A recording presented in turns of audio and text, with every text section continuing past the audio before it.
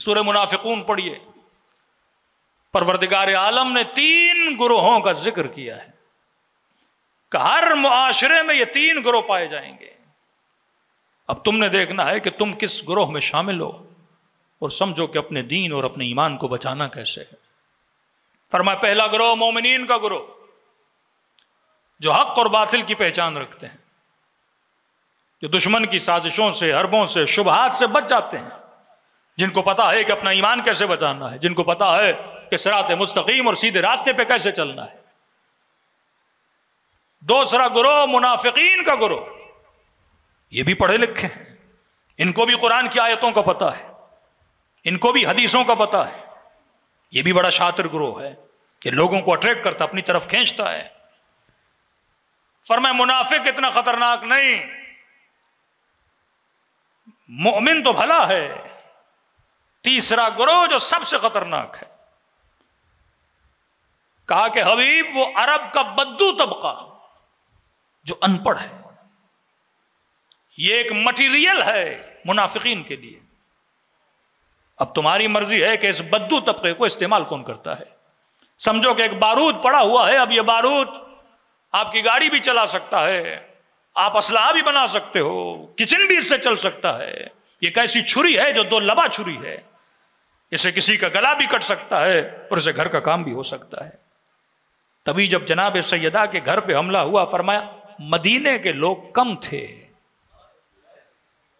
بادیہ نشین ان بدوؤں کو لایا گیا تھا جو یہ شناخت اور معرفت نہیں رکھتے تھے کہ یہ نبی کی بیٹی ہے اور اس کی شان کتنی بلند ہے۔ کیونکہ عرب کے مزاج کو سمجھو، عرب کے مزاج میں عورت کی کوئی عزت نہیں، کوئی وقت نہیں، کوئی وقار نہیں، جو بیٹیوں کو زندہ دفن کر دیں۔ اور کچھ تاریخی شخصیات کے قصے بھی موجود ہیں کہ بہن کو کتنا مارا، بیوی کو کتنا مارا۔ مطلب عورت پہ ہاتھ اٹھانا ایک بہت نارمل چیز تھی کہ آج ہمارے معاشرے میں کوئی عورت بولے کہ شوہر نے مجھے مارا ہے تو یہاں برا مانا جاتا ہے، لیکن عرب کے معاشرے میں اگر کوئی یہ بولے کہ شوہر نے مارا ہے تو کہتے ہیں یہ کوئی بڑی بات نہیں ہے۔ جو بیٹیوں کو زندہ دفن کریں گے، یا رسول اللہ بیٹی نے انگلی پکڑی ہوئی تھی، میں مٹی کو ڈال رہا تھا،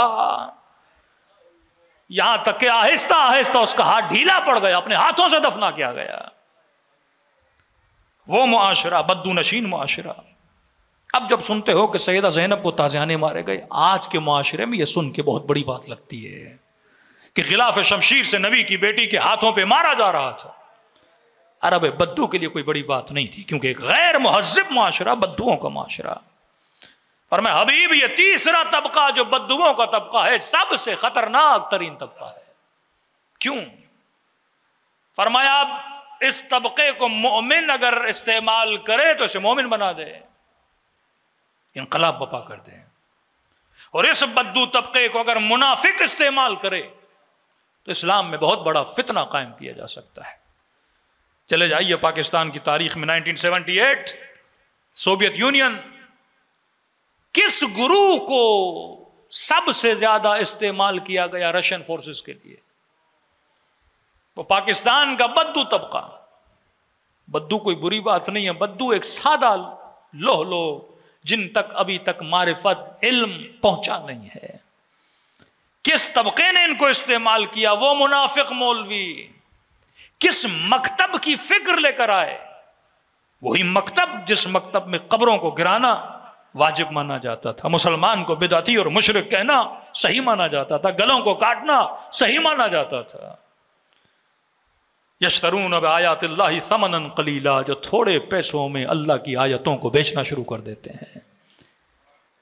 فکر بن باز، فکر بنو امیہ کو لے آیا گیا، منافق مولویوں کو خریدا گیا اور بدو طبقے کو استعمال کیا گیا۔ زیادہ تر کن علاقوں سے تھے؟ وہ کے پی کا علاقہ، وہ بلوچستان کا علاقہ، وہ گلگت بلتستان کی طرف چلے جائیں، جو پہاڑوں میں لوگ رہتے ہیں، جن کے پاس اسکول نہیں پہنچے، ایجوکیشن نہیں پہنچی، ٹی وی نہیں پہنچا، سوشل میڈیا نہیں پہنچا، بس کہہ دیا کہ اگر ایک کو مار دیا تو جنت، 2 کو مار دیا تو پوری فیملی جنت۔ گلا کاٹنا عبادت، اعضائے بدن کو کاٹنا عبادت، عزتوں کو پامال کرنا عبادت۔ یہ وہی فکر جو فکر یزیدی تھی کہ یہ بدو طبقہ، اس بدو طبقے نے اسلام کو سب سے زیادہ نقصان دیا۔ استعمال کس نے کیا؟ منافق طبقے نے۔ اہل بیت نے سب سے زیادہ کوشش کی، امیر المومنین نے، اس بدو طبقے کو سمجھایا جائے۔ آپ کے چوتھے امام نے زیادہ سے زیادہ صحراؤں سے لوگوں کو خریدا اور انہیں سمجھایا اور انہیں مسلمان صحیح طریقے کا بنایا۔ اہل بیت کا ہمیشہ کام رہا کہ معاشرے میں بدو طبقے کی تربیت کی جائے۔ کسی بھی معاشرے میں ایک ان پڑھ طبقہ سب سے زیادہ نقصان دہ ہوتا ہے، کیونکہ اسی طبقے کو خریدا جاتا ہے، اسی طبقے کو استعمال کیا جاتا ہے، اسی طبقے کے ضمیر کو خریدا جاتا ہے، اسی طبقے کو پیسے دے کے ان کے وجود کو خریدا جاتا ہے۔ تبھی معصوم فرماتے ہیں جہاں جہالت ہے وہاں معرفت نہیں ہے، جہاں جہالت ہے وہاں اہل بیت کی شناس نہیں ہے، اور جہاں علم ہے وہاں امیر المومنین کی معرفت ہے۔ کیوں؟ جہاں علم نظر آتا ہے وہاں لوگ دوڑے دوڑے آتے ہیں۔ فرمایا انا مدینۃ العلم وعلی بابھا، میں شہر علم ہوں اور علی دروازہ ہے۔ تو آپ دیکھتے ہیں جہاں جہاں روشنی علم بڑھتی جاتی ہے وہاں وہاں تشیع بڑھتی جاتی ہے۔